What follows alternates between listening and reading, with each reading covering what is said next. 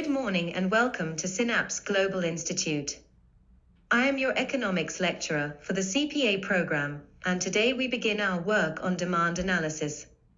I encourage you to remain engaged throughout the session and to use the chat section at any point to ask questions or seek clarification as we move steadily through the material together. We begin at the definition of demand. Demand refers to the quantity of a good or service that consumers are willing and able to purchase at various price levels during a specified period of time. Both willingness and ability must exist simultaneously, because a desire without purchasing power does not constitute demand, and purchasing power without intention also does not translate into market demand.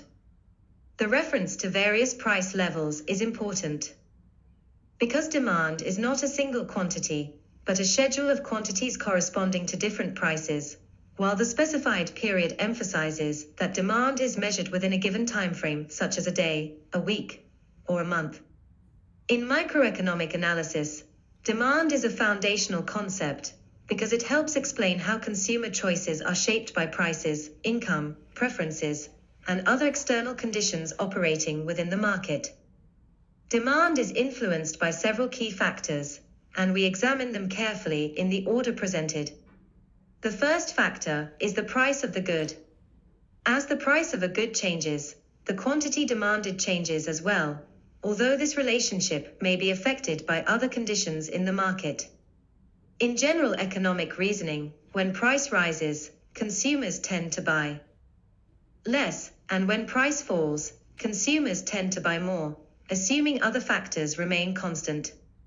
This price-quantity relationship forms the basis of demand analysis and underpins later discussions on the law of demand and elasticity. The second factor influencing demand is consumer preferences.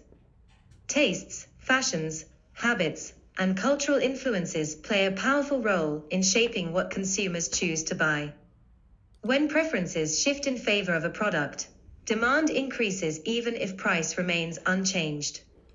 For example, a growing preference for healthy lifestyles can increase demand for organic foods, fitness services, and wellness products.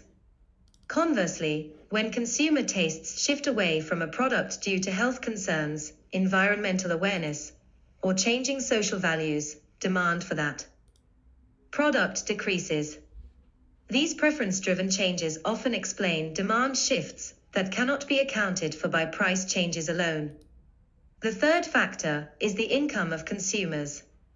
Income determines purchasing power and therefore has a direct influence on demand. When income rises, demand for normal goods increases because consumers can afford to buy more or to upgrade to better quality products. Normal goods include items such as electronics, better housing, and higher quality clothing. In contrast, inferior goods experience a decrease in demand as income rises, because consumers switch to superior alternatives. Examples of inferior goods may include low-cost food items or second-hand clothing. The direction of the relationship between income and demand therefore depends on the nature of the good under consideration. The fourth factor concerns the prices of related goods. Related goods fall into two main categories: substitutes and complements. Substitute goods are goods that can replace each other in consumption. When the price of one substitute increases, consumers tend to shift to the other substitute, leading to an increase in its demand. For instance, if the price of tea rises, consumers may purchase more coffee instead. Complementary goods, on the other hand, are goods that are used together. When the price of one complementary good falls, the demand for the related good increases, and when the price of one rises, demand for the other decreases. For example, a decrease in the price of printers may increase demand for ink cartridges, while an increase in fuel prices may reduce demand for cars. Understanding these relationships is essential for analyzing interconnected markets. Another important factor influencing demand is expectations of future prices. Consumers often make purchasing decisions based on what they expect to happen to prices in the future. If consumers anticipate that prices will increase, they may choose to buy more now in order to avoid higher future costs, which increases current demand. Conversely, if consumers expect prices to fall, they may postpone purchases, leading to a decrease in current demand. Expectations therefore introduce a forward-looking element into demand behavior, particularly in markets for durable goods such as electronics, vehicles, and property. Market size and population also influence demand. An increase in population, or the number of consumers in a market, generally leads to an increase in total demand for goods and services. Larger markets generate higher aggregate demand even if individual demand remains unchanged. Changes in population structure, such as age distribution, urbanization, or household size, can also affect the composition of demand. For example, an aging population tends to increase demand for healthcare services, while a growing youth population increases demand for education, technology, and entertainment. Having identified the determinants of demand, demand can be expressed formally using a functional relationship. The demand for a good or service is expressed as D equals F multiplied by P, I, T, and R. This states that demand is a function of price, income, tastes, and preferences, and prices of related goods. In this relationship, D represents demand for the good or service, P represents the price of the good, I represents the income levels of consumers, T represents tastes and preferences, and R represents the prices of related goods including substitutes and complements. This functional expression emphasizes that demand depends on several variables simultaneously, not on price alone. As we progress, we will expand and apply this relationship in mathematical, graphical, and real-world contexts. At this point, if anything about the definition of demand or its determinants is unclear, please use the chat section to ask your question so that we can clarify it before moving forward.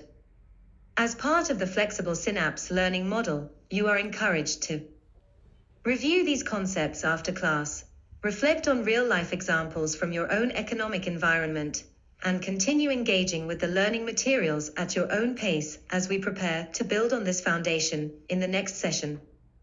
Let us now move directly into the law of demand, which is one of the most central principles in microeconomic theory and an idea you will encounter repeatedly in your CPA studies and in practical economic analysis. The law of demand states that, ceteris paribus, meaning with all other factors remaining constant, the quantity demanded of a good decreases when its price increases, and the quantity demanded increases when its price decreases. This establishes an inverse relationship between price and quantity demanded, and it is this inverse relationship that gives the demand curve its characteristic downward slope from left to right. The assumption of ceteris paribus is critical here, because it tells us that we are isolating the effect of price alone while holding income, tastes, population, and prices of related goods unchanged. Mathematically, the law of demand can be expressed by stating that quantity demanded is a function of price, written as QD equals F multiplied by P. In this relationship, QD represents the quantity demanded and P represents the price of the good. The functional relationship indicates that changes in price lead to changes in quantity demanded, and the nature of this function reflects an inverse relationship.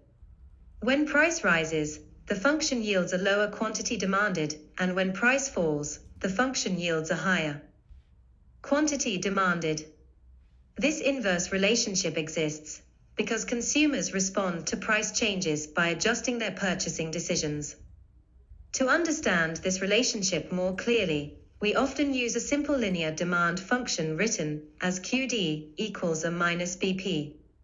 In this equation, QD is the quantity demanded, or is the intercept, which represents the maximum quantity demanded when price is 0, B is the slope coefficient, which measures the rate at which quantity demanded changes as price changes, and P is the price of the good.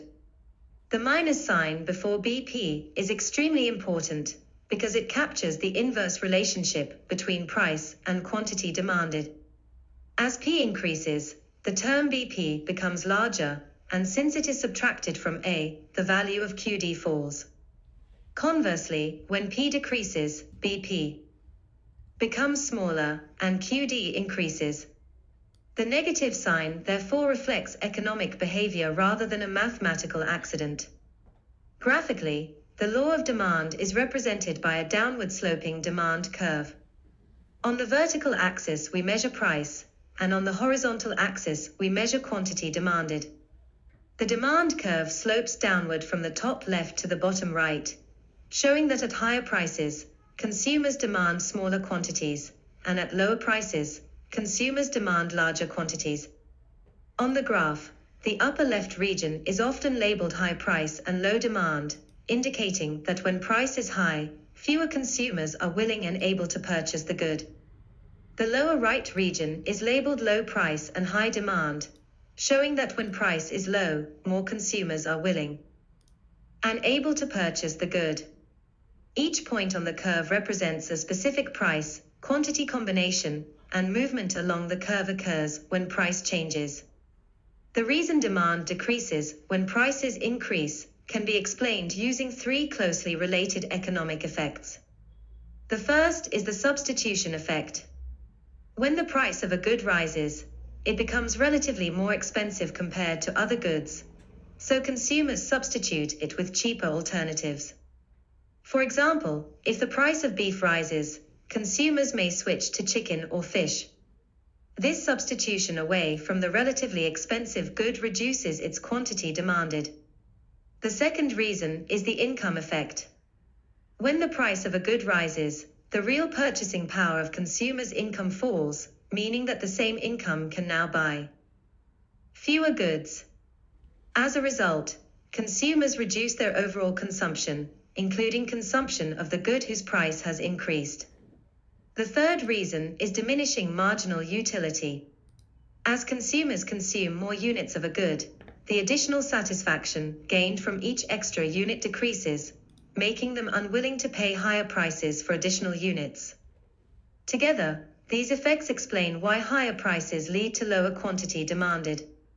To reinforce this idea mathematically, consider a numerical example using a demand function written as QD equals 50 minus 5p.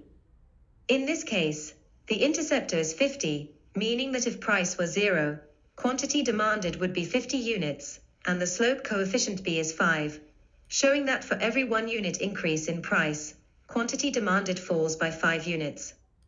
If price p is equal to 5, then QD equals 50 minus 5 multiplied by 5, which gives a quantity demanded of 25.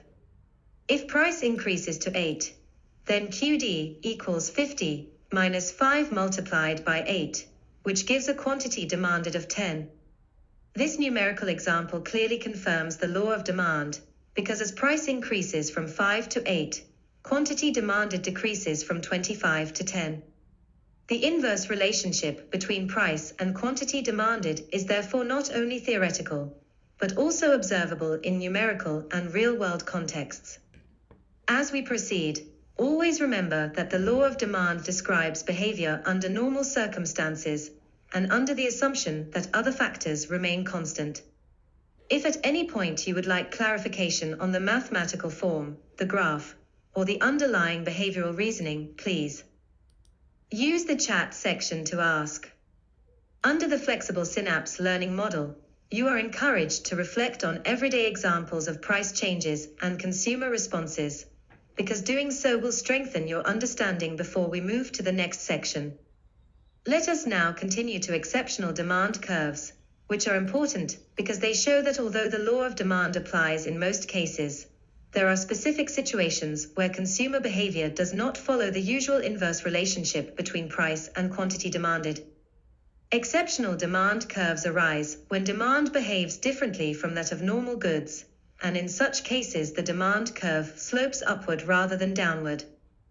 There are two main types of exceptional demand curves that we examine here, namely Giffen goods and Veblen goods, and each represents a distinct economic explanation for why higher prices may be associated with higher quantity demanded. We begin with giffen goods. A giffen good is a special type of inferior good for which an increase in price leads to an increase in quantity demanded, directly contradicting the law of demand. This unusual behavior occurs because the income effect of a price change is stronger than the substitution effect. When the price of a giffen good rises, the purchasing power of low-income consumers falls significantly. Because these consumers cannot afford more expensive substitutes, they are forced to consume more of the inferior staple good, even though its price has increased. As a result, higher prices lead to higher demand, not lower demand. Real life examples of giffen goods are typically found among staple foods consumed by low-income households, such as maize flour, rice, or bread in certain economic environments.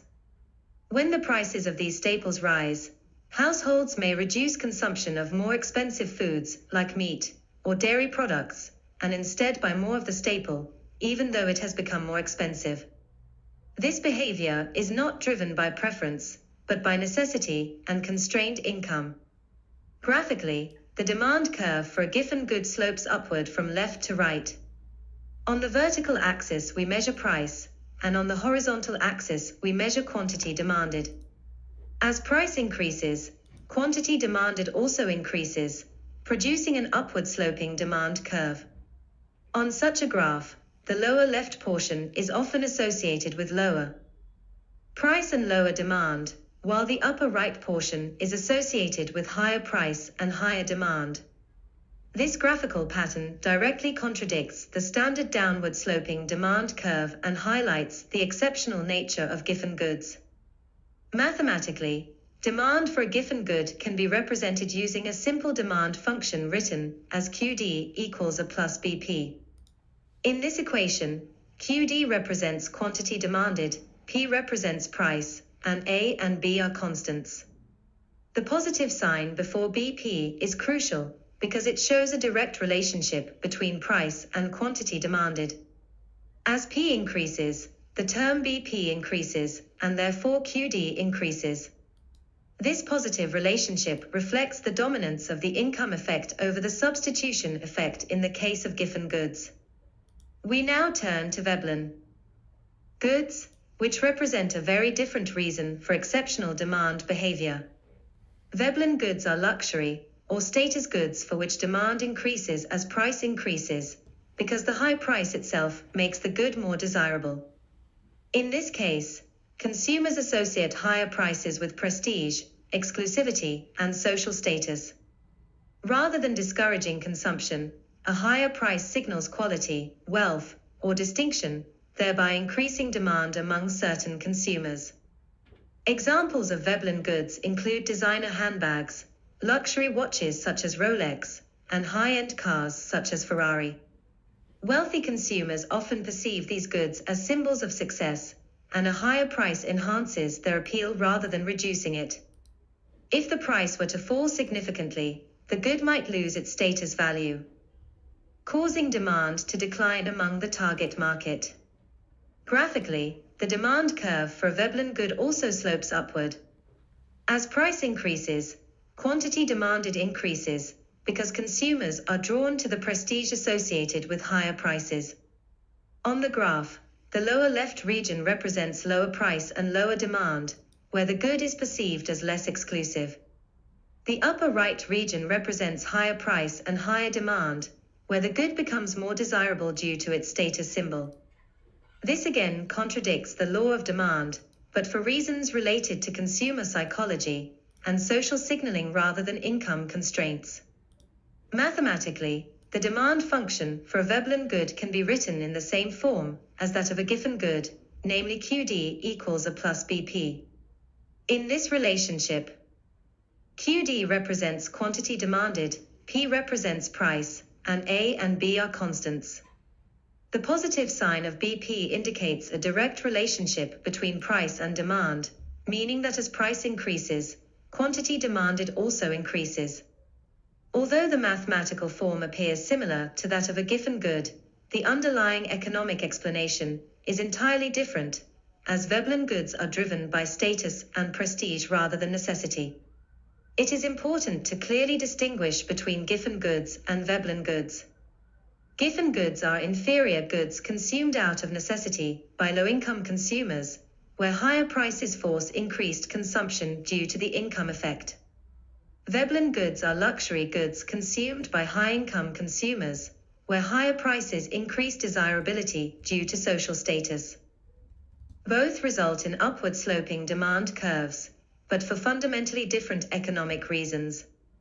If you have any questions about why these exceptional demand curves arise, or if you would like to explore real-world examples from your own environment, please use the chat section so that we can address them immediately. Under the Synapse Flexible Learning Model, you are encouraged to revisit these concepts after class and reflect on how consumer behavior can sometimes deviate from standard economic laws.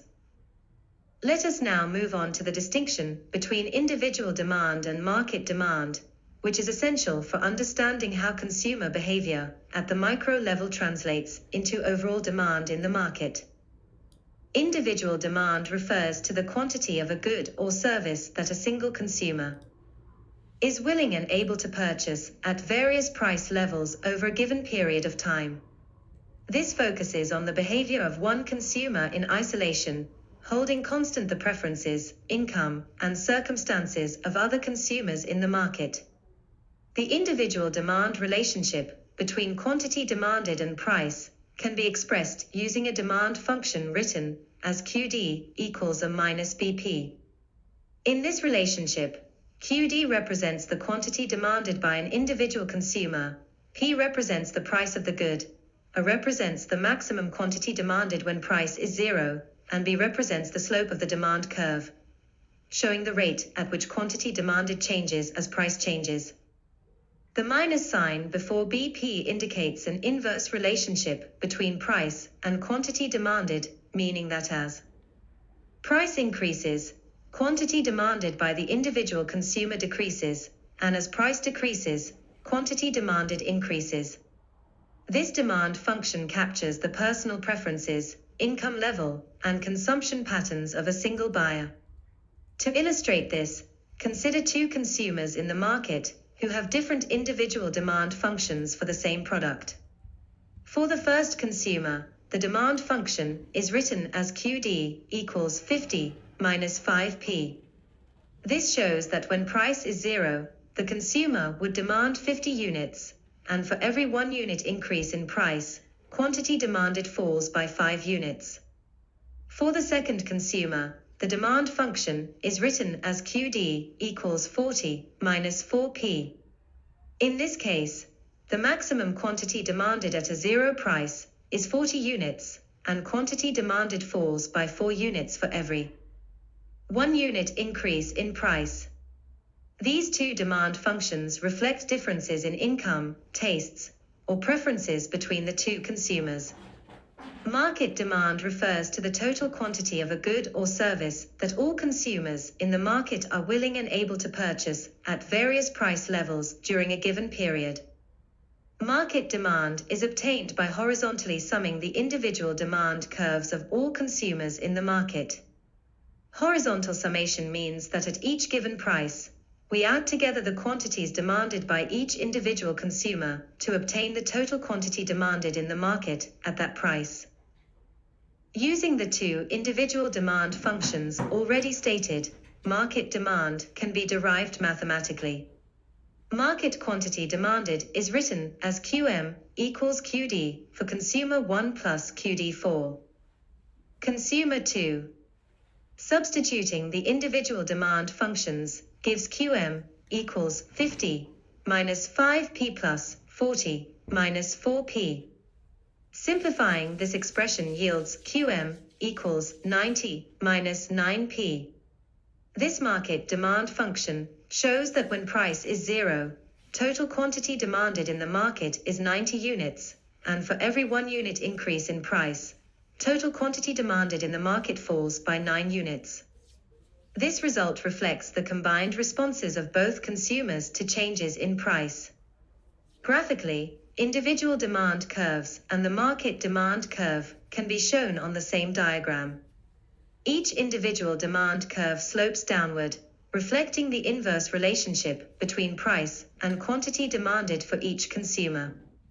One curve represents the first consumer's demand behavior, while another represents the second.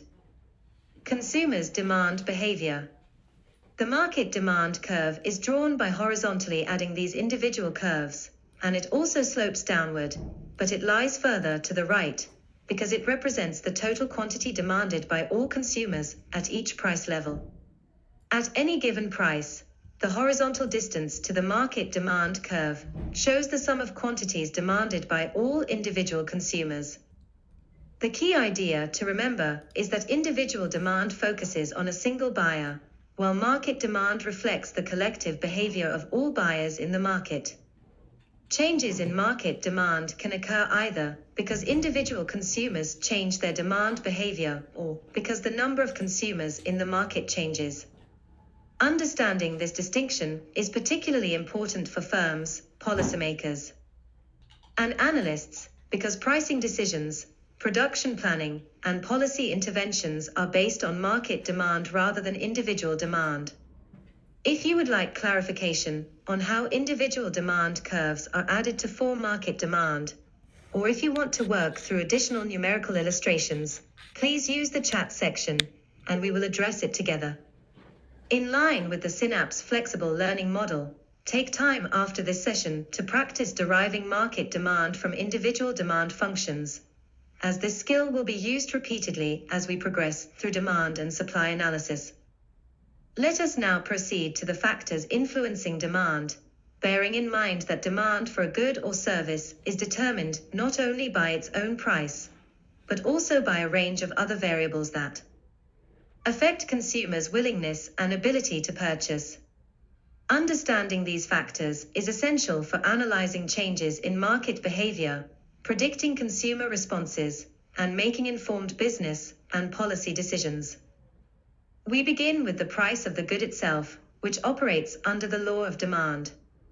As the price of a good increases, the quantity demanded decreases, and as the price decreases, the quantity demanded increases, assuming all other factors remain constant. This relationship can be expressed mathematically using the demand function QD equals A minus BP, where QD represents quantity demanded, P represents price, and A and B are constants. The negative relationship between price and quantity demanded explains why the demand curve slopes downward. Graphically, this is shown by a downward sloping demand curve where higher prices correspond to lower quantities demanded and lower prices correspond to higher quantities demanded. At high prices, fewer consumers are willing and able to buy the good, while at low prices, more consumers enter the market and existing consumers buy more. The next major factor influencing demand is consumer income. Income affects purchasing power and therefore directly influences the quantity demanded. For normal goods, an increase in income leads to an increase in demand, while a decrease in income leads to a decrease in demand. Examples of normal goods include electronics, cars, and quality housing. For inferior goods, demand decreases as income increases because consumers switch to better alternatives. Examples include low-cost food items, second-hand clothing, or basic public transport in some contexts. This relationship can be expressed using the function QD equals A plus by, where Y represents income. For normal goods, B is positive, indicating a direct relationship between income and demand, while for inferior goods, B is negative, indicating an inverse relationship. Graphically, an increase in income shifts the demand curve for normal goods to the right and shifts the demand curve for inferior goods to the left. Another important factor is the price of related goods, which includes both substitutes and complements. Substitute goods are goods that can replace one another in consumption, such as tea and coffee.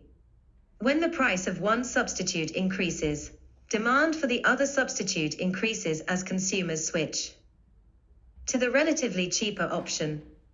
Complementary goods are goods that are used together, such as cars and fuel or printers and ink cartridges. When the price of one complementary good increases, demand for the other decreases because consumption of the two goods is linked. This relationship can be expressed mathematically as QD equals a plus BP of the related good, where the coefficient B is positive for substitutes and negative for complements. Graphically, for substitutes, an increase in the price of good X leads to an increase in demand for good Y, while for complements, an increase in the price of good X leads to a decrease in demand for good Y. Consumer preferences and tastes also play a significant role in influencing demand. Changes in fashion, lifestyle, culture, health awareness, and social attitudes can increase or decrease demand independently of price. Positive changes in preferences, such as a growing emphasis on healthy living, increase demand for goods like organic foods and fitness services. Negative changes in preferences, such as environmental concerns about plastic pollution, reduce demand for plastic products. These changes shift the entire demand curve either to the right or to the left, depending on whether demand increases or decreases. Consumer expectations about future prices are another key factor. If consumers expect prices to increase in the future, they tend to buy more in the present to avoid higher future costs, which increases current demand. If consumers expect prices to fall, they delay purchases, reducing current demand. Expectations are particularly important in markets for durable goods such as electronics, vehicles, and housing, where consumers can easily postpone purchases. Population and demographic factors also influence demand.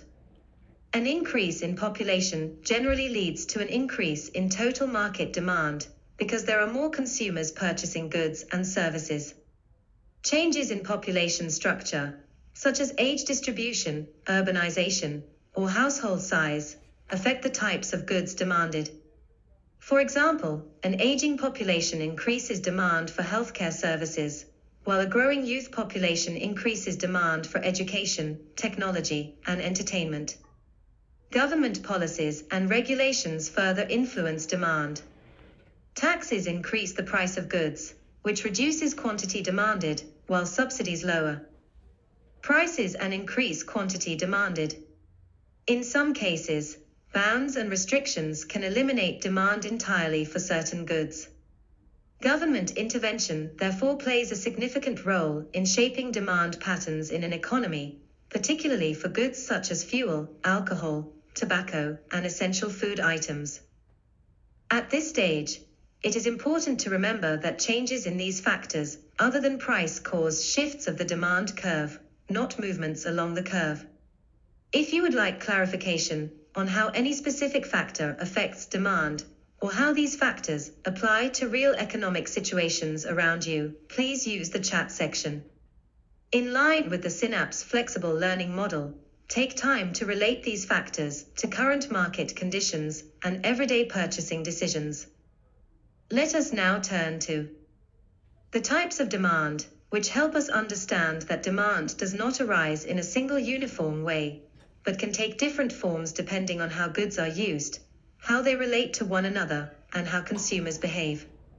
Classifying demand into different types is important for businesses, governments, and economists because it improves analysis of pricing decisions, production planning, and policy formulation. We begin with joint demand, also referred to as complementary demand. Joint demand occurs when two or more goods are used together, such that demand for one good is directly linked to demand for another. In this case, an increase in demand for one good leads to an increase in demand for its complement.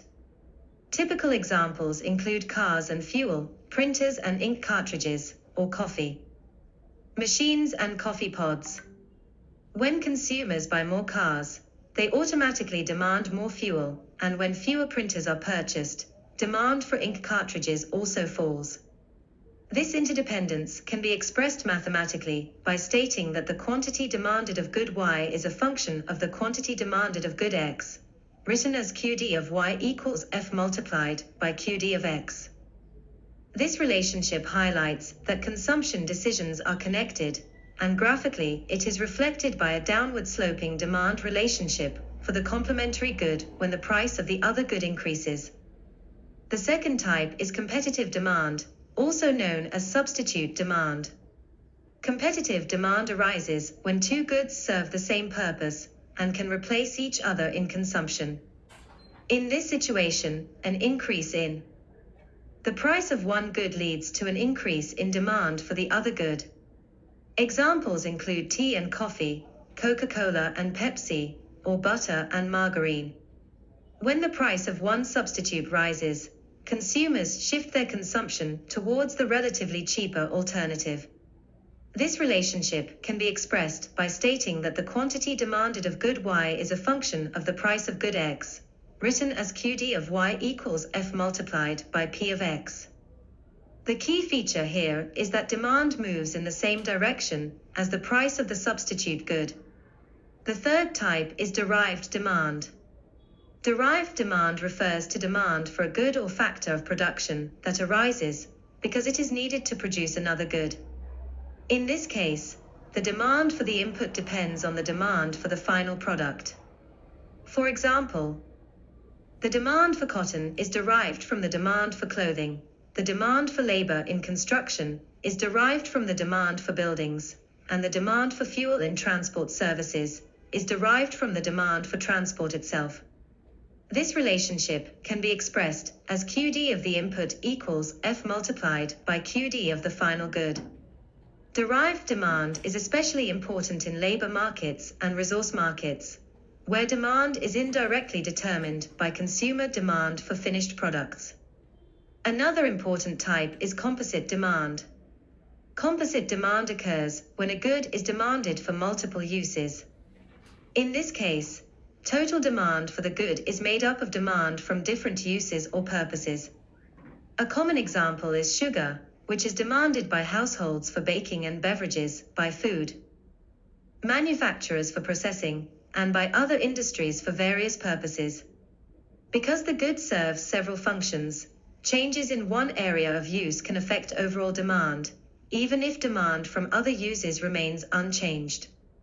We now consider latent demand, also referred to as potential demand. Latent demand exists when consumers desire a good or service, but are unable to purchase it due to certain barriers, such as high prices, lack of awareness, insufficient income, or lack of infrastructure. This demand is real but unrealized. For example, demand for electric cars in many African countries exists, but remains low because of high prices, limited charging infrastructure, and inadequate awareness. If these barriers are removed through lower prices, better infrastructure, or improved information, latent demand can become effective demand. Demand can also be classified as direct or indirect demand. Direct demand refers to demand for goods that are consumed for immediate satisfaction, such as food, clothing, and shelter. These goods directly satisfy human wants. Indirect demand refers to demand for goods that are not consumed directly, but are required to produce other goods. Examples include steel demanded for car manufacturing or machinery demanded for industrial production. Indirect demand is closely linked to derived demand, as it depends on the demand for final consumer goods. Finally, we consider price demand and income demand. Price demand refers to changes in demand that occur as a result of changes in the price of a good, holding other factors constant. This type of demand is analyzed using the law of demand and movements along the demand curve. Income demand refers to changes in demand that occur due to changes in consumers' income. As income rises or falls, demand for different types of goods changes depending on whether the goods are normal, inferior, or luxury goods. As you reflect on these different types of demand, it is useful to think about real products and services in your own environment and identify which type or types of demand apply to them. If any of these classifications are unclear, or if you would like to test your understanding using practical examples, please use the chat section. In line with the flexible Synapse learning model, Reviewing these distinctions after class will strengthen your analytical skills as we move forward to the next section. Let us now move to movement along and shifts of demand curves, which is a very important area because students often confuse these two concepts, yet they describe very different economic situations. Demand can change in two distinct ways, either through a movement along an existing demand curve or through a shift of the entire demand curve, and the key difference lies in what causes the change. We begin with movement along the demand curve. A movement along the demand curve occurs when there is a change in quantity demanded as a result of a change in the price of the good itself, while all other factors affecting demand remain constant. In this case, the demand curve does not change its position. Instead, we move from one point to another along the same curve. This reflects the law of demand in action, where changes in price lead to changes in quantity demanded, but the underlying demand relationship remains unchanged. Mathematically, during a movement along the demand curve, the demand function remains the same and can be written as QD equals A minus BP, where QD is quantity demanded, P is price, and A and B are constants. Since only price is changing, A and B remain fixed. To illustrate this numerically, consider a demand function written as QD equals 50 minus 5P. When price is 2, quantity demanded is calculated as 50 minus 5 multiplied by 2, giving 40. When price increases to 4, quantity demanded becomes 50 minus 5 multiplied by 4, giving 30. If price rises further to 6, quantity demanded falls to 20, and at a price of 8, quantity demanded falls to 10. Finally, when price reaches 10, quantity demanded becomes 0. These calculations clearly show that as price increases, quantity demanded decreases, and each change represents a movement along the same demand curve rather than a change in demand itself. Graphically, a movement along the demand curve is shown by moving either upward or downward along a downward sloping demand curve. A movement upward along the curve represents a rise in price and a fall in quantity demanded, while a movement downward along the curve represents a fall in price and a rise in quantity demanded. At higher prices, quantity demanded is lower, and at lower prices, quantity demanded is higher. The important interpretation here is that demand has not changed, only the quantity demanded has changed due to a price change. We now turn to shifts of the demand curve, which represent a completely different situation. A shift in demand occurs when factors other than the price of the good change, causing the entire demand curve to move either to the right or to the left. A rightward shift represents an increase in demand, meaning that at every price level, consumers are willing and able to buy a larger quantity than before. A leftward shift represents a decrease in demand, meaning that at every price level, consumers are willing and able to buy a smaller quantity than before. The main factors that cause shifts in demand include changes in income, changes in consumer preferences and tastes, changes in the prices of related goods, changes in population, and changes in expectations. For example, an increase in income for a normal good causes demand to shift to the right, while a decrease in income causes demand to shift to the left.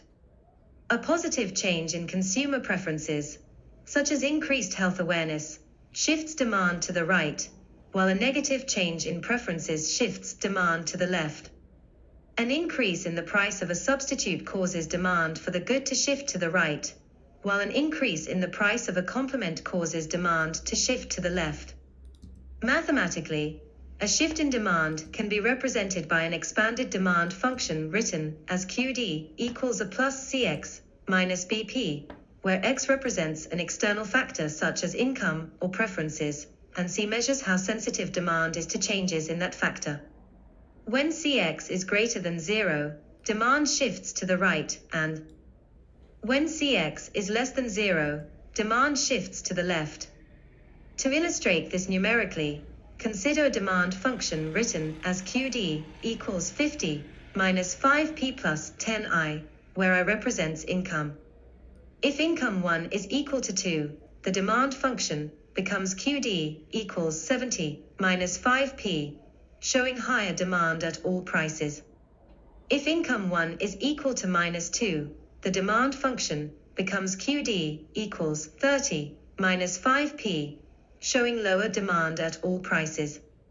These changes clearly demonstrate a shift of the demand curve rather than a movement along it.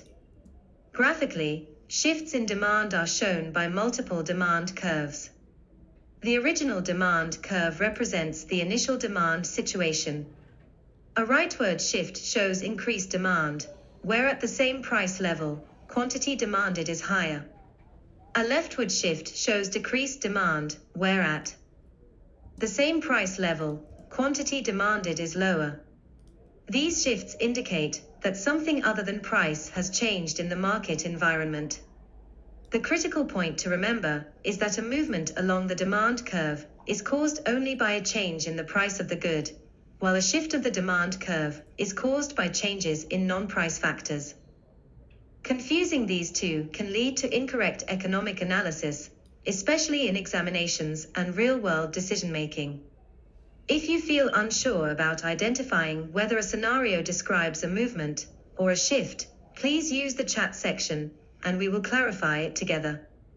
In line with the flexible Synapse learning model, practice analyzing real-life examples such as fuel prices, food prices, or income changes so that you become confident in distinguishing between movements along and shifts of demand curves. Let us now proceed to elasticity of demand, which is a critical concept in economics, because it measures how responsive quantity demanded is to changes in key economic variables such as price, income, and the prices of related goods. Elasticity helps businesses, governments, and economists understand consumer sensitivity and predict how changes in economic conditions will affect demand, revenue, and policy outcomes. Elasticity of demand refers to the degree of responsiveness of quantity demanded to a change in one of its determinants. There are three main types of elasticity of demand that we examine here, namely price elasticity of demand, income elasticity of demand, and cross-price elasticity of demand. Each type focuses on a different factor influencing demand and provides unique insights into consumer behavior. We begin with price elasticity of demand, commonly abbreviated as PED. Price elasticity of demand measures how much the quantity demanded of a good changes in response to a change in its price. It is expressed as price elasticity of demand equals percentage change in quantity demanded divided by percentage change in price. This formula captures the relative responsiveness of consumers rather than absolute changes, which allows meaningful comparison across different goods and markets. Mathematically, price elasticity of demand is calculated by dividing the percentage change in quantity demanded by the percentage change in price. Percentage change in quantity demanded is calculated as the change in quantity demanded divided by the original quantity demanded, multiplied by 100. Percentage change in price is calculated as the change in price divided by the original price, multiplied by 100. Because price and quantity demanded move in opposite directions under the law of demand, price elasticity of demand usually takes a negative value. However, in economic analysis, the sign is often ignored and attention is focused on the magnitude of the elasticity. To illustrate this, consider an example where the price of a good increases from Kenya shillings 10 to Kenya shillings 12, and quantity demanded falls from 100 units to 80 units. The percentage change in quantity demanded is calculated as 80 minus 100 divided by 100, multiplied by 100, giving minus 20%. The percentage change in price is calculated as 12 minus 10 divided by 10, multiplied by 100, giving 20%. Price elasticity of demand is therefore minus 20% divided by 20%, which equals minus 1. Ignoring the sign, the elasticity value is 1, indicating unit elastic demand. This means that the percentage change in quantity demanded is exactly equal to the percentage change in price. Based on the value of price elasticity of demand, demand can be classified into 3 main categories. When price elasticity of demand is greater than 1, demand is elastic, meaning consumers are highly responsive to price changes. A small change in price leads to a relatively large change in quantity demanded. Examples of goods with elastic demand include luxury goods, airline tickets, and non-essential. Electronics. When price elasticity of demand is less than 1, demand is inelastic, meaning consumers are not very responsive to price changes. A large change in price leads to only a small change in quantity demanded. Examples include essential goods such as medicine, fuel, and salt. When price elasticity of demand is equal to 1, demand is unit elastic, meaning the percentage change in quantity demanded is exactly equal to the percentage change in price, and total revenue remains unchanged when price changes. Graphically, elasticity is illustrated by the steepness or flatness of the demand curve. Elastic demand is represented by a relatively flatter demand curve, showing that quantity demanded responds strongly to price changes. Inelastic demand is represented by a steeper demand curve, showing that quantity demanded changes only slightly when price changes. Unit elastic demand lies between these two extremes. We now move to income elasticity of demand, abbreviated as YED. Income elasticity of demand measures how quantity demanded responds to changes in consumer income. It is expressed as income elasticity of demand equals percentage change in quantity demanded divided by percentage change in income. This measure helps classify goods into normal goods, luxury goods, and inferior goods. To illustrate income elasticity of demand, consider an example where consumer income increases from Kenya shillings 50,000 to Kenya shillings 60,000, and quantity demanded increases from 100 units to 120 units. The percentage change in quantity demanded is 120 minus 100 divided by 100, multiplied by 100, giving 20%. The percentage change in income is 60,000 minus 50,000 divided by 50,000, multiplied by 100, also giving 20%. Income elasticity of demand is therefore 20% divided by 20%, which equals 1. This indicates that demand increases proportionately with income. When income elasticity of demand is greater than 1, the good is classified as a luxury good, meaning demand increases more than proportionately as income rises. Examples include luxury cars, high-end watches, and premium holidays. When income elasticity of demand is between 0 and 1, the good is a normal good, meaning demand increases as income rises, but at a slower rate. Examples include basic clothing and household items. When income elasticity of demand is less than 0, the good is an inferior good, meaning demand decreases as income increases, because consumers switch to better alternatives. Graphically, income elasticity of demand is shown by plotting income on one axis and quantity demanded on the other. Normal and luxury goods show upward sloping relationships, while inferior goods show a downward sloping relationship as income rises. We now consider cross-price elasticity of demand, abbreviated as XED. Cross-price elasticity of demand measures how the quantity demanded of one good responds to a change in the price of another related good. It is expressed as cross-price elasticity of demand equals percentage change in quantity demanded of good Y divided by percentage change in price of good X. This measure helps identify whether goods are substitutes or complements. To illustrate this, suppose the price of coffee increases from Kenya shillings 10 to Kenya shillings 12, and the demand for tea increases from 100 units to 120 units. The percentage change in quantity demanded of tea is 20%, and the percentage change in the price of coffee is 20%. Cross-price elasticity of demand is therefore equal to 1. A positive value indicates that tea and coffee are substitutes, because an increase in the price of coffee leads to an increase in demand for tea. When cross-price elasticity of demand is negative, the goods are complements, such as cars and fuel, because an increase in the price of one reduces demand for the other. Graphically, substitutes are shown by an upward-sloping relationship between the price of one good and the quantity demanded of the other, while complements are shown by a downward-sloping relationship. These elasticity concepts are extremely useful in pricing decisions, taxation policy, business strategy, and market analysis. At this point, I encourage you to pause and reflect on how elasticity explains real-world situations, such as fuel price changes, airline discounts, or income growth effects on consumption. If any part of price, income, or cross-price elasticity is unclear, please use the chat section to ask for clarification. In line with the flexible Synapse learning model, take time after the session to practice elasticity calculations and interpretations, as mastery of this topic is essential.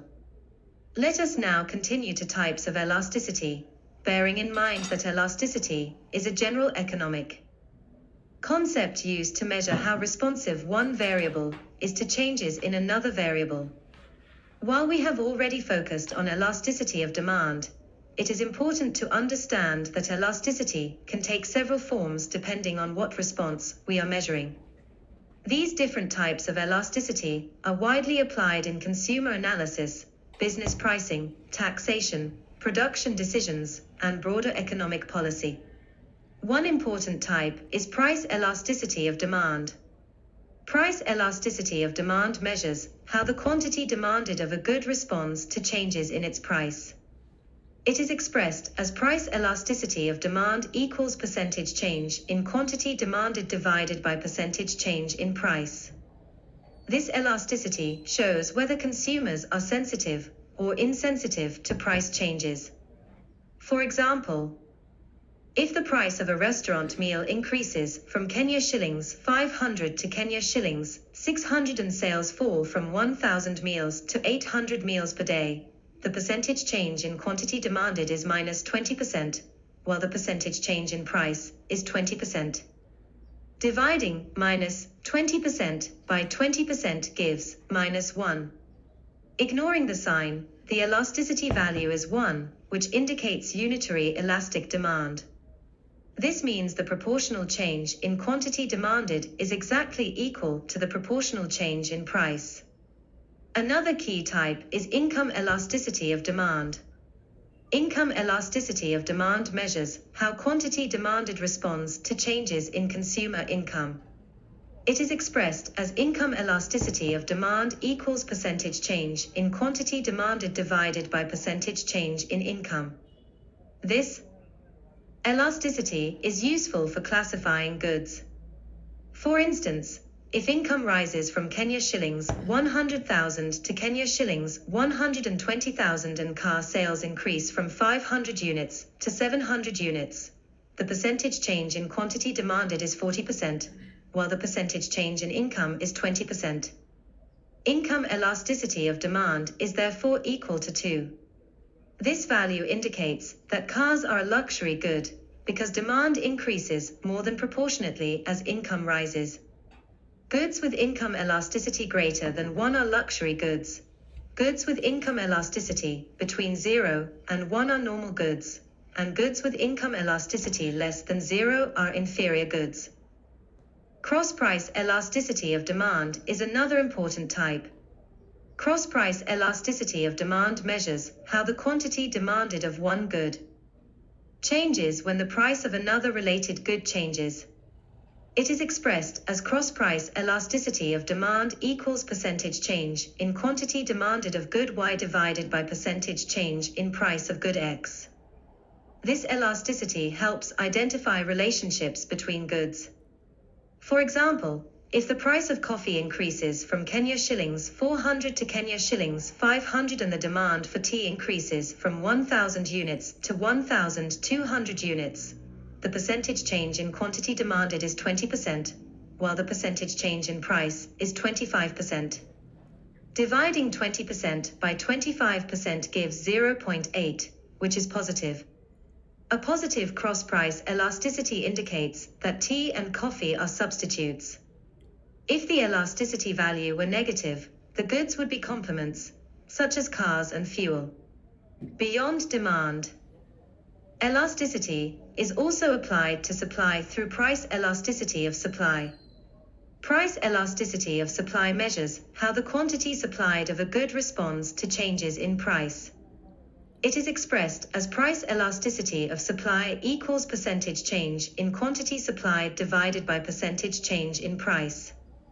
For example, if the price of wheat increases from Kenya shillings 200 to Kenya shillings 250 and supply increases from 5,000 tons to 6,000 tons, the percentage change in quantity supplied is 20% and the percentage change in price is 25%.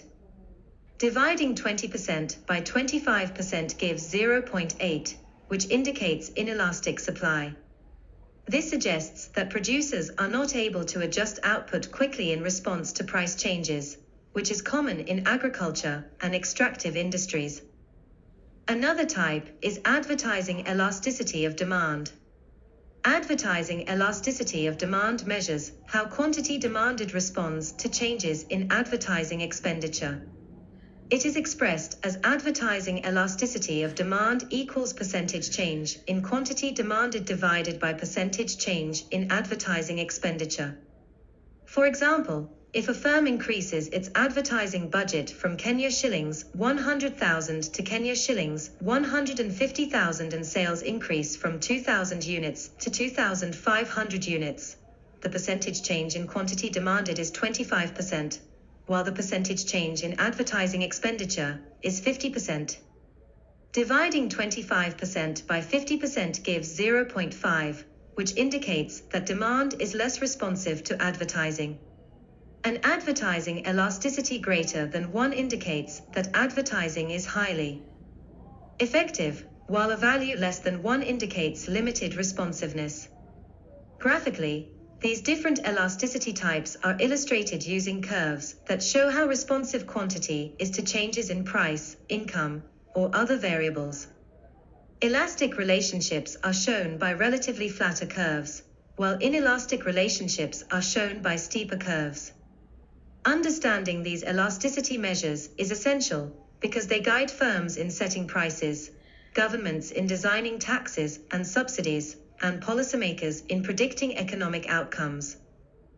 As you reflect on these types of elasticity, think about how they apply to goods and services you encounter daily, such as fuel, food, transport, and mobile services.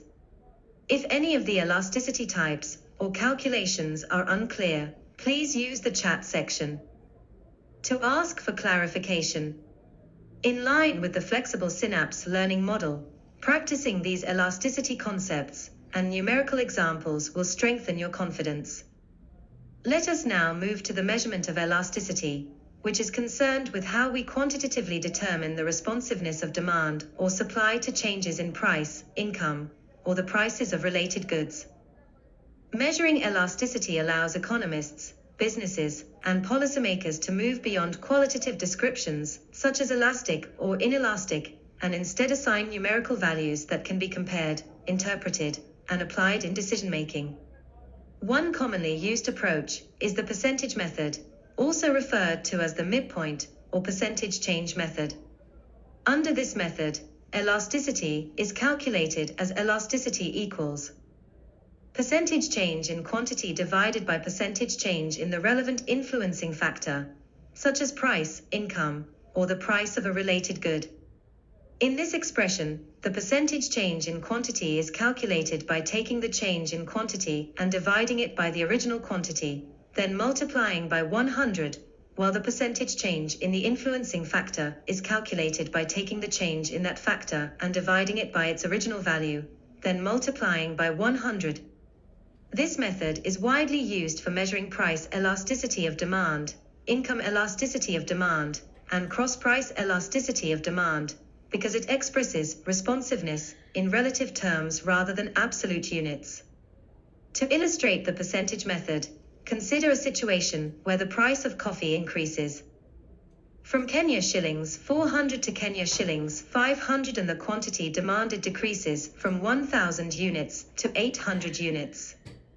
The percentage change in quantity demanded is calculated as 800 minus 1,000 divided by 1,000 multiplied by 100, which gives minus 20%.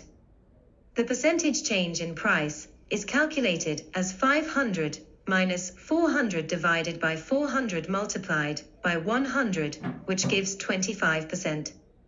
Price elasticity of demand is therefore minus 20% divided by 25%, giving minus 0.8. Ignoring the sign, the elasticity value is 0.8, which indicates inelastic demand, meaning consumers are not highly responsive to the price change. Another important method is the point elasticity method, which measures elasticity at a specific point on a demand curve. This method is particularly useful when price changes are very small and the demand curve is continuous. Point elasticity is calculated using the formula elasticity equals dq over dp multiplied by p over q. In this formula, dq over dp represents the derivative of the demand function with respect to price, showing the rate at which quantity demanded changes as price changes, while p and q represent the price and quantity at the specific point being considered. To demonstrate point elasticity, consider a demand function written as q equals 100 minus 5p. If price p is equal to 10, quantity demanded is calculated as 100 minus 5 multiplied by 10, giving 50. The derivative of the demand function with respect to price is minus 5. Substituting these values into the point elasticity formula gives elasticity equals minus 5 multiplied by 10 divided by 50, which equals minus 1. Ignoring the sign, the elasticity value is 1, indicating unit elastic demand. This result shows that at this specific price and quantity combination, a percentage change in price leads to an equal percentage change in quantity demanded, and total revenue remains constant. The third method of measuring elasticity is the arc elasticity method. Arc elasticity measures elasticity over a range of prices and quantities rather than at a single point. This method is particularly useful when analyzing discrete price changes, such as when a firm raises or lowers prices by a noticeable amount. Arc elasticity is calculated using the formula elasticity equals the change in quantity divided by the average quantity, divided by the change in price divided by the average price. The use of average values helps reduce the problem of choosing a starting point, which can affect elasticity values under the simple percentage method. To illustrate arc elasticity, consider a situation where the price of fuel increases from Kenya shillings 100 to Kenya shillings 120 and quantity demanded decreases from 500 liters to 450 liters. The change in quantity is minus 50, and the average quantity is calculated as 500 plus 450 divided by 2, which equals 475. The change in price is 20, and the average price is calculated as 100 plus 120 divided by 2, which equals 110. Substituting into the arc elasticity formula gives elasticity equals minus 50 divided by 475, divided by 20 divided by 110. This calculation yields minus 0.58. Ignoring the sign, the elasticity value is 0.58, indicating inelastic demand. This shows that even though price increased, consumers did not significantly reduce fuel consumption. Graphically, These elasticity measurement methods are interpreted by examining how quantity responds to price changes along demand and supply curves. The percentage method highlights whether demand is elastic or inelastic over a given change. The point elasticity method focuses on responsiveness at a precise point on the curve, and the arc elasticity method captures average responsiveness over a range. Understanding when and how to apply each method is essential for accurate economic analysis. At this stage, I encourage you to practice identifying which elasticity measurement method is most appropriate in different scenarios, such as small price adjustments versus large price changes.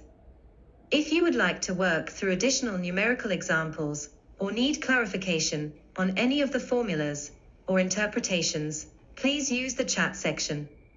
In line with the Synapse flexible learning model, revisiting these calculations after class will strengthen your confidence and prepare you for more advanced applications as we proceed. Let us now move to the factors influencing elasticity of demand, which explain why some goods have highly elastic demand while others have very inelastic demand. Elasticity of demand is not random. It is shaped by specific characteristics of goods, consumer behavior, market structure, and economic conditions. Understanding these factors allows economists, businesses, and policymakers to predict how consumers will respond to price changes and to design effective pricing, taxation, and regulatory strategies. One of the most important factors influencing elasticity of demand is the availability of substitutes. When a good has many close substitutes, demand tends to be elastic because consumers can easily switch to alternatives if the price rises. In such a situation, even a small increase in price can lead to a significant fall in quantity demanded. For example, if the price of tea rises, consumers may switch to coffee or other beverages, making demand for tea elastic. In contrast, when a good has few or no close substitutes, demand tends to be inelastic because consumers have limited alternatives. Petrol is a good example, as motorists must continue purchasing fuel even when prices rise, resulting in relatively small changes in quantity demanded. Another key factor is the nature of the good, specifically whether it is a necessity or a luxury. Necessities tend to have inelastic demand because consumers require them for basic living and cannot easily reduce consumption when prices increase. Examples include food, medicine, electricity, and basic healthcare services. Luxury goods, on the other hand, tend to have elastic demand because they are not essential and can be postponed or avoided when prices rise. Examples include designer clothing, luxury watches, and high-end vehicles. When prices of luxury goods increase, consumers are more likely to reduce consumption, making demand more responsive to price changes. The proportion of income spent on a good also strongly influences elasticity of demand. When a good takes up a small proportion of a consumer's income, demand tends to be inelastic because price changes have little impact on overall expenditure. Goods such as salt, matches, or small household items fall into this category. Even if prices rise, consumers continue buying nearly the same quantity. In contrast, when a good takes up a large proportion of income, demand tends to be elastic because price changes significantly affect consumers' budgets. Goods such as cars, rent, and school fees require substantial financial commitment, so consumers are more sensitive to price changes and may adjust their consumption accordingly. Time period for adjustment is another important factor.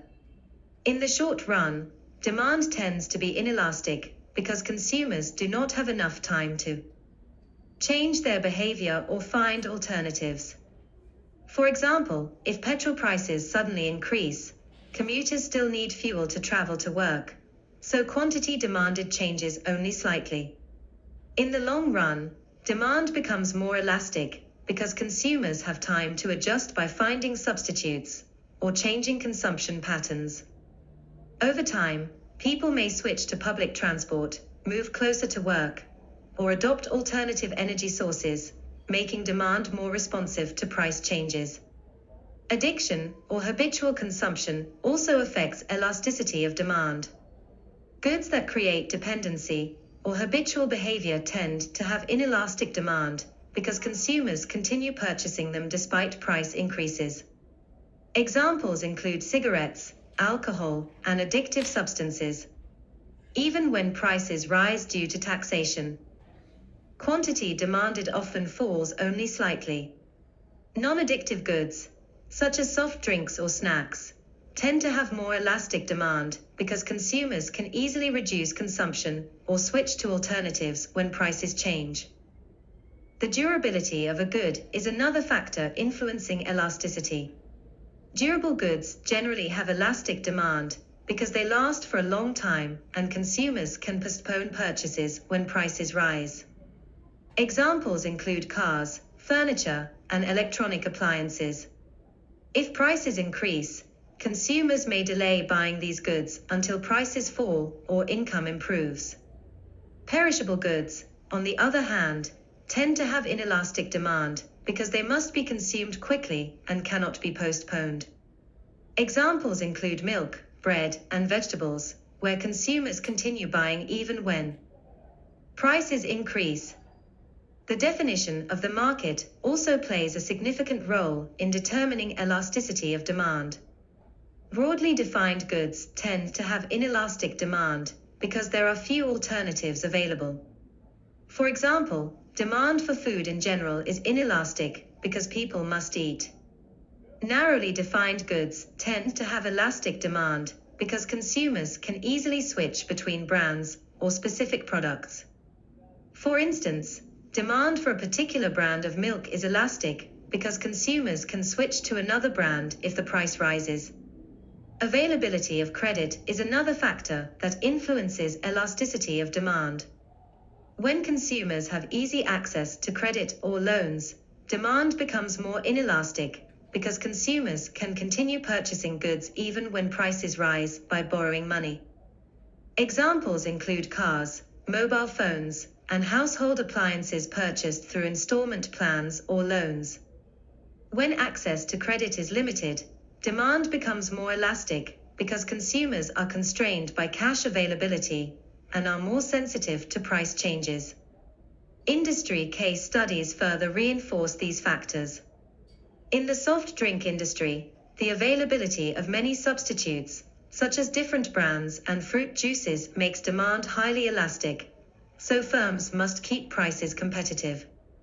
In the healthcare industry, services such as medical scans have inelastic demand because they are necessities, even when prices rise. In housing markets, rent forms a large proportion of income, making demand elastic as tenants move to cheaper alternatives when prices increase. In fuel markets, short-run demand is inelastic, but becomes more elastic in the long run as consumers adjust behavior. In tobacco markets, addiction makes demand highly inelastic despite repeated tax increases. As you reflect on these factors, try to relate them to goods and services in your daily life and in the Kenyan economic environment. Ask yourself why demand for some goods barely changes when prices rise, while demand for others falls sharply. If any factor is unclear, or if you would like to test your understanding using practical examples, please use the chat section. In line with the flexible Synapse learning model, revisiting these factors after class will strengthen your ability to analyze demand behavior accurately. Let us now conclude this part of the topic by examining the application of elasticity of demand, where we move from theory into practical economic decision-making.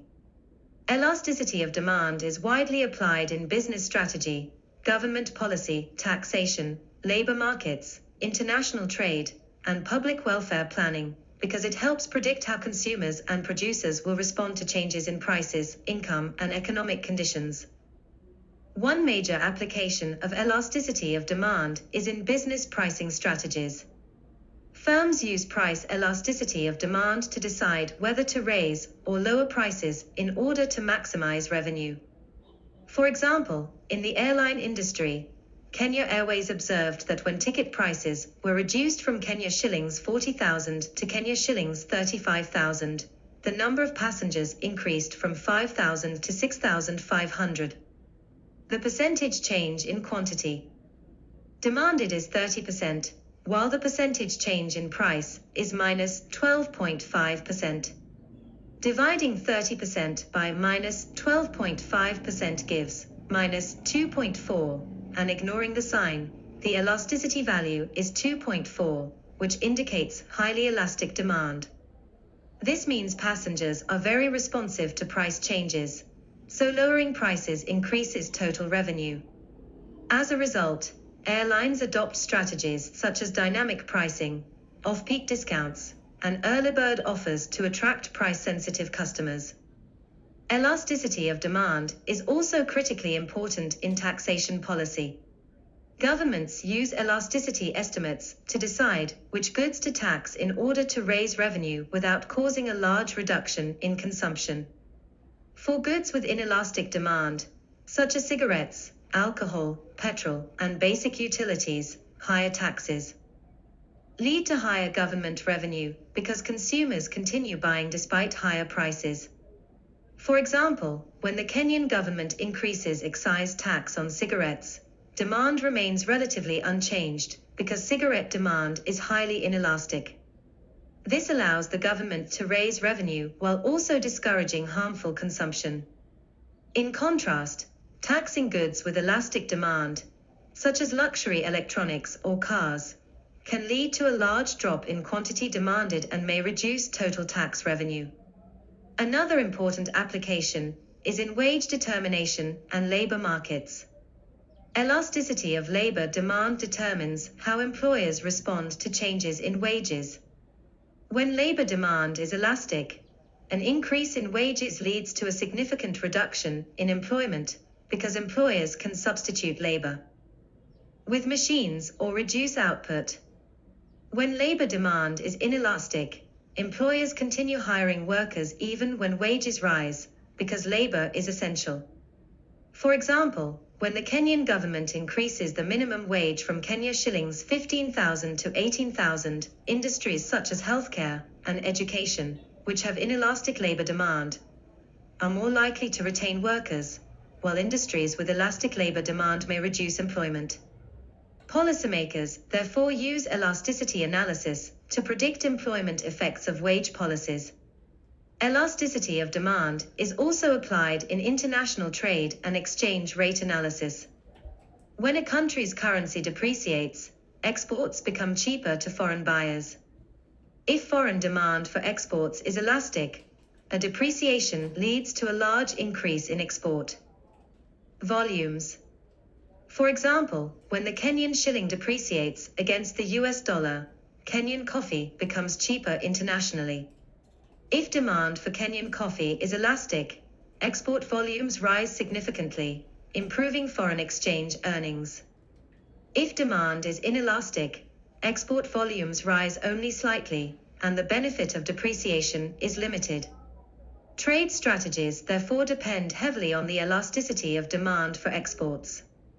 Government subsidies are another area where elasticity plays a key role. Subsidies are more effective when demand is elastic because consumers respond strongly to lower prices. For instance, when the government subsidizes fertilizer prices by 30% to boost maize production, farmers will buy significantly more fertilizer if demand is elastic, leading to higher output.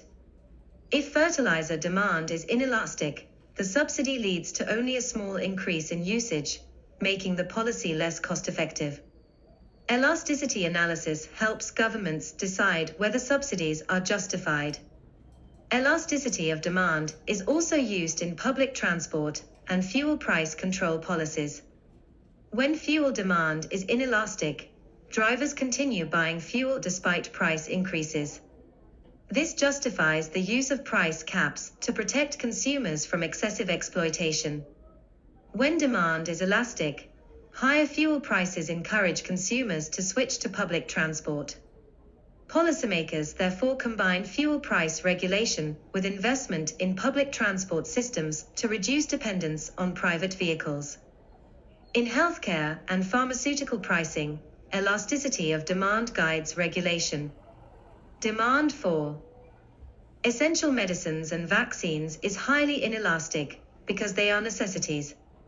During the COVID-19 pandemic, governments set low or zero prices for vaccines to ensure widespread access and public health protection. In contrast, demand for cosmetic treatments, such as plastic surgery, is elastic, so prices are determined largely by market forces. Elasticity analysis helps governments decide which health services should be regulated and subsidized. Elasticity of demand is also important in agriculture and price stability. When maize prices fall sharply due to oversupply after a good harvest, demand does not increase significantly because maize demand is relatively inelastic. As a result, farmers suffer income losses. Governments respond by using buffer stock schemes, where surplus maize is purchased to stabilize prices, or by encouraging processing industries to absorb excess supply. These policies are guided by understanding the elasticity of demand for agricultural products. Luxury goods pricing is another practical application. For luxury goods such as electric cars, demand is highly elastic. When Tesla increases the price of its Model X from $80,000 to $90,000, many consumers delay purchases, leading to a sharp fall in sales. Firms therefore use strategies such as price skimming, financing plans, and promotional discounts to manage demand sensitivity. Finally, elasticity of demand plays a major role in e-commerce and promotional strategies. During events such as Jumia Black Friday sales, large discounts on electronics lead to massive increases in sales, sometimes exceeding 300%. This demonstrates highly elastic demand for online purchases. Businesses use time-limited offers, flash sales, and loyalty discounts to exploit this elasticity and boost revenue. As we conclude this section, it should be clear that elasticity of demand is not just a theoretical concept, but a powerful analytical tool used across the economy. I encourage you to reflect on how elasticity explains real decisions made by businesses and governments around you. If you have questions or would like to discuss any of these applications further, please use the chat section. In line with the flexible Synapse learning model, revisit these applications at your own pace and connect them to current economic events as we prepare to move forward in subsequent topics.